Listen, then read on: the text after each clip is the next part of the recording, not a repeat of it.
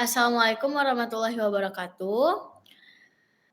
Di sini kami akan mempresentasikan hasil kerja kelompok kami untuk memenuhi tugas akhir mata kuliah data mining yang diampu oleh Ibu Febri. Di sini kami mengambil topik smartphone dataset yang dimana akan kita bahas menggunakan 3 tools, yaitu menggunakan WK yang pertama, lalu menggunakan Orange, dan juga menggunakan Google Colabs, yaitu Python. Nah, di sini izinkan kita memperkenalkan diri. Yang pertama, saya sendiri, yaitu Hilya Najwa dengan NPM 113. Saya Rodia Hasan Aidrus dengan MPM 98. Saya Dwi Auraningrum dengan NPM 38. Saya Eka Lydia Rahmadini dengan NPM 39. Dan saya Amanda Reza Pratiwi dengan NPM 127. Langsung saja, yang pertama kita akan mendemokan menggunakan WK.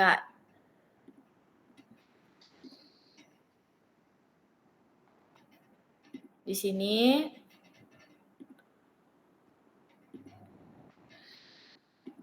kita mengubah dulu menjadi filenya itu CSV.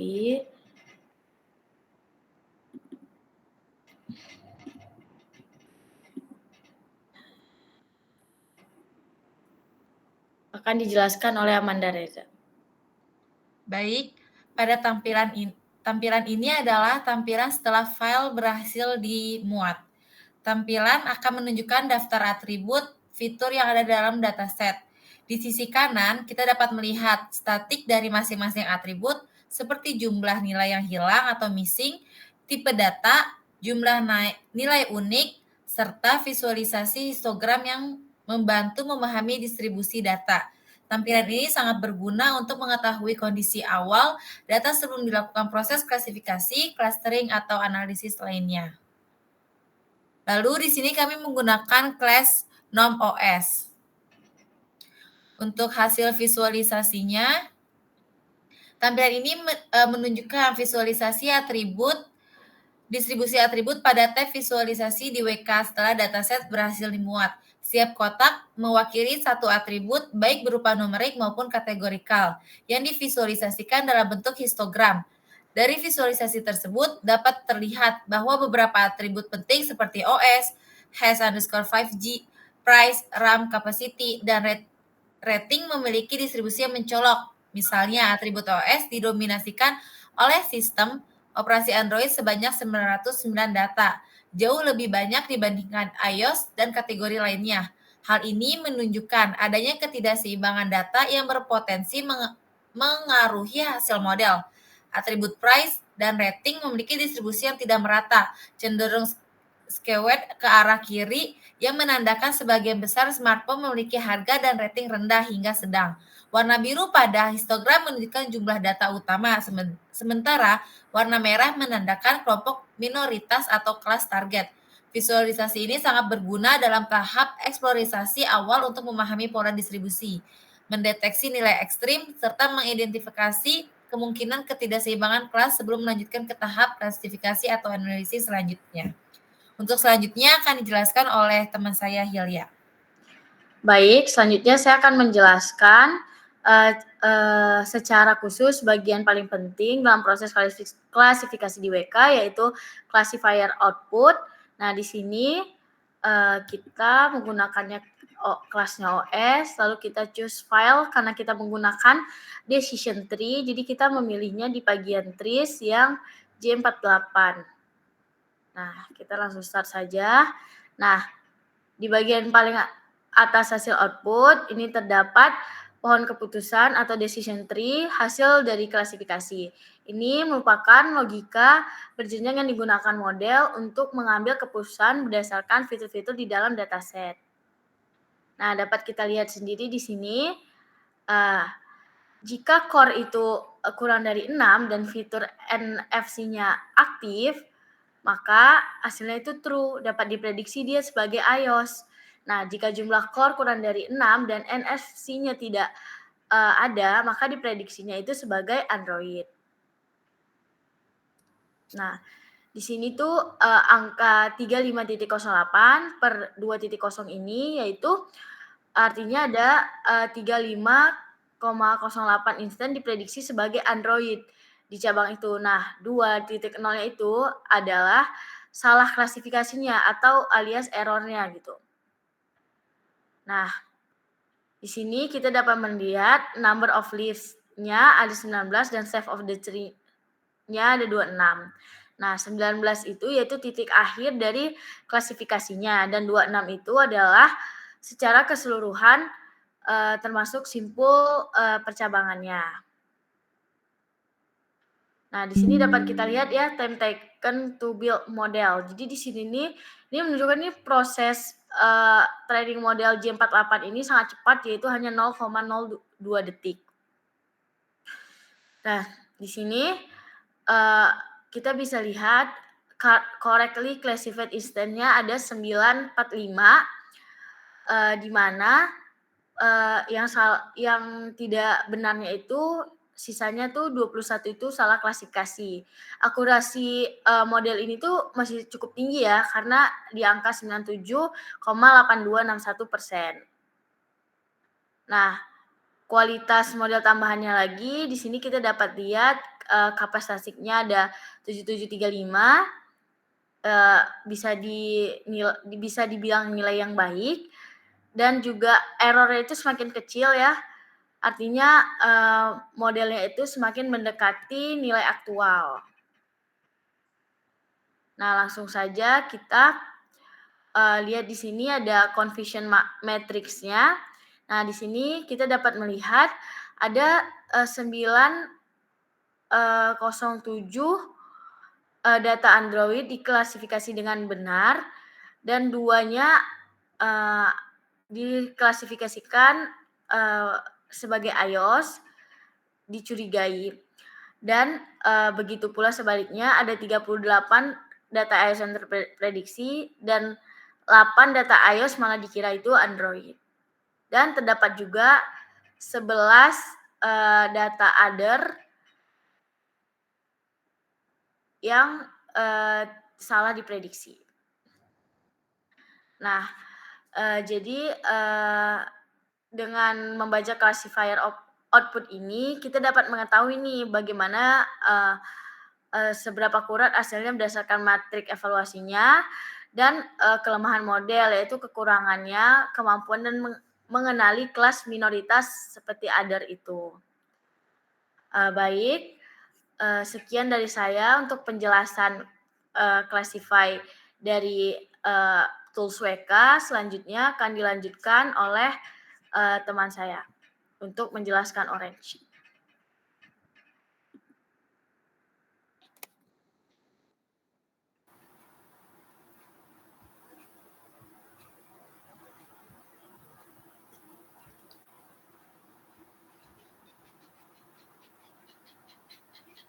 Baik, selanjutnya saya akan menjelaskan dengan menggunakan tools Orange. Berikut adalah tampilan awal ketika membuka tools Orange. Saat pertama kali membuka aplikasi Orange, pilih opsi New pada tampilan awal untuk memulai proyek analisis data baru. Dikarenakan kelompok kami sudah membuatnya, maka akan menghasilkan visualisasi seperti berikut. Lalu, tadi setelah dibuat, kita akan memilih open filenya dalam bentuk CSV. Setelah itu, kita akan menampilkan isi data dari data table. Berikut adalah hasilnya. Pada tampilan ini, di mana tabel merupakan di kolom pertama berisi model brand name price yang terlihat pada di layar. Lalu kita setting dengan menggunakan select columns. Berikut tampilan settingannya. Kita ingin menampilkan tabel di mana kolom pertama itu berupa brand name.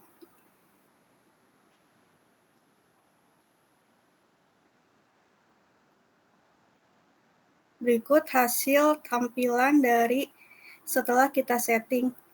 Kolom pertama sudah berubah menjadi brand name yang tadinya model.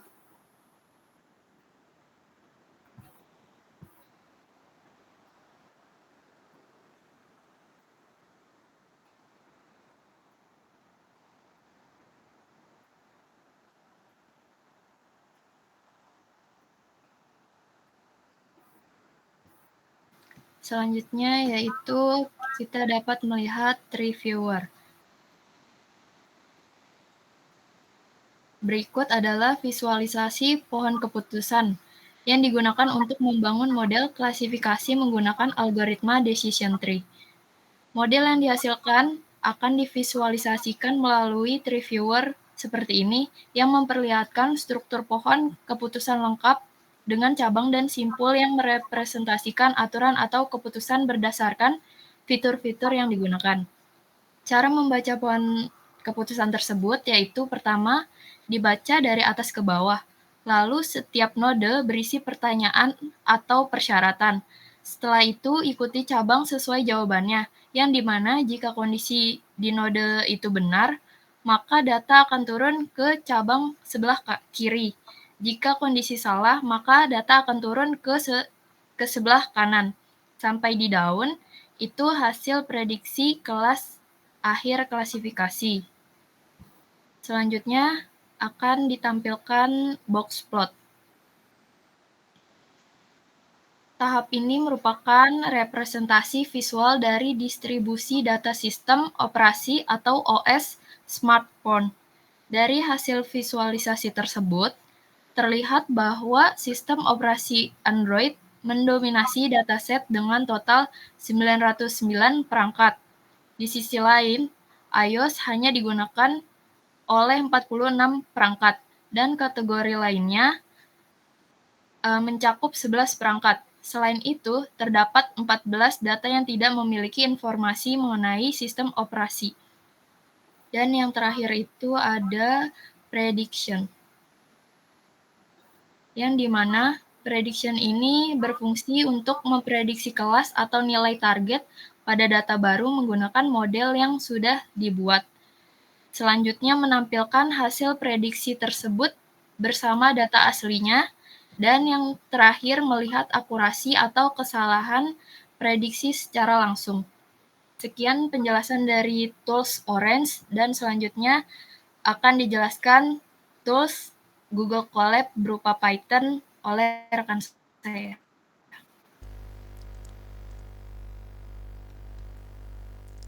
Oke, baik. Izin share screen untuk penjelasan decision tree di Python melalui Google Colab ini. Nah, pertama-tama kita bisa lihat kode 2 line pertama ini, yaitu berfungsi untuk mengunggah file dataset kami. Secara spesifiknya di skenario ini yaitu file smartphone clean dataset CSV ke Google Colab untuk dapat diakses dan diproses dalam lingkungan pemrograman tersebut. Contohnya, kita running ini lagi ya. Lalu kita choose file, yaitu file dataset kami, smartphone dataset.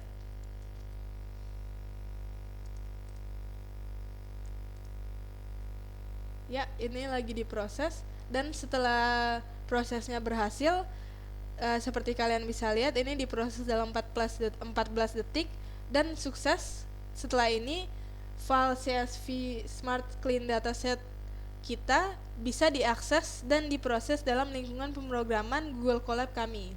Nah, untuk bagian selanjutnya dimulai dari 4 line code ini, yang berfungsi untuk mengimpor library yang akan digunakan dalam pemrograman decision tree Google Colab kami.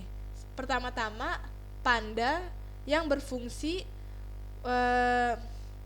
untuk membaca dan mengelola data dalam bentuk tabel. Yang kedua, decision tree classifier dari sklearn.tree yang berfungsi untuk algoritma klasifikasi. Sedangkan di line ketiga train underscore test underscore split dari sklearn titik model underscore selection berfungsi untuk membagi dataset menjadi data pelatihan dan data pengujian. Dan terakhir di line keempat kita mengimpor matrix dari sklearn yang berfungsi untuk mengevaluasi kinerja model. Selanjutnya di bagian load dataset. Di bagian load dataset ini berfungsi untuk membaca dataset yang kita sudah unggah sebelumnya. Di skenario ini file CSV kita Smart Clean Dataset dimasukkan ke dalam sebuah data frame bernama df menggunakan fungsi pd.read_csv. Nah, untuk bagian selanjutnya bagian drop down rows with missing targets or feature. Nah, bagian ini berfungsi untuk menghapus baris dari dataset df yang memiliki nilai kosong pada kolom-kolom penting. Hal ini dilakukan agar data yang digunakan untuk pelatihan model bersih dan tidak mengandung data yang tidak lengkap. Untuk bagian selanjutnya adalah bagian define features and target.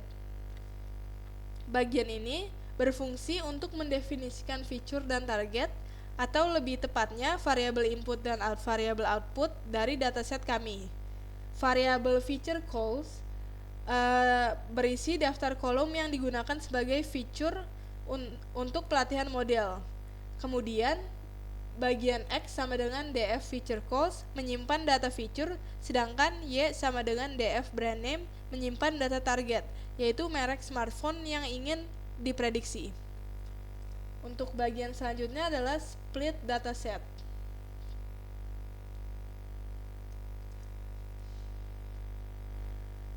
Untuk bagian split dataset ini berfungsi untuk membagi dataset menjadi dua bagian, yaitu data latih atau data training dan data uji atau data testing, menggunakan fungsi train test split yang kita impor ke dalam library kita sebelumnya.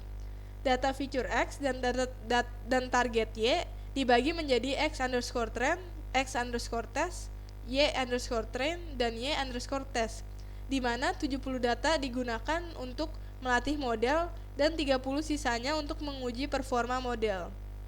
Parameter random state sama dengan 1, yaitu ini, digunakan agar pembagian data bersifat tetap atau reproducible setiap kali kode dijalankan. Nah, untuk selanjutnya adalah bagian train decision tree. Apa fungsi dari bagian ini? Bagian ini berfungsi untuk membuat dan melatih model klasifikasi menggunakan algoritma decision tree. Pertama, objek model dibuat dengan decision tree classifier, lalu model tersebut dilatih atau di-feed menggunakan data latih X underscore train dan Y underscore train agar dapat mempelajari pola dan digunakan untuk memprediksi target di data uji. Nah, terakhir adalah bagian predict dan evaluate.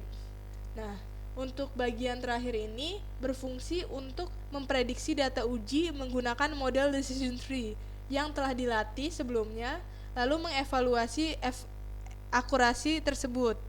Fungsi elf.predict X underscore test secara spesifiknya menghasilkan prediksi merek smartphone berdasarkan fitur dari data uji, dan matriks titik akurasi underscore score Y underscore test Y underscore pred menghitungkan tingkat akurasi prediksi tersebut dengan membandingkannya terhadap data asli. Untuk skenario kami secara spesifiknya, ini menghasilkan akurasi tersebut, yang berarti bahwa model memiliki akurasi sekitar 47,93%, yaitu hampir setengah dari prediksi model sesuai dengan data sebenarnya. Ini akurasi tersebut dijadikan persentase. Nah, di bagian terakhir adalah bagian untuk menciptakan visualisasi dari data kita. Pertama-tama, bagian ini berfungsi untuk memvisualisasi struktur model decision tree yang kami sudah latih di bagian atas sebelumnya. Dengan menggunakan fungsi plot underscore tree dari sklearn.tree dan matplotlib.pyplot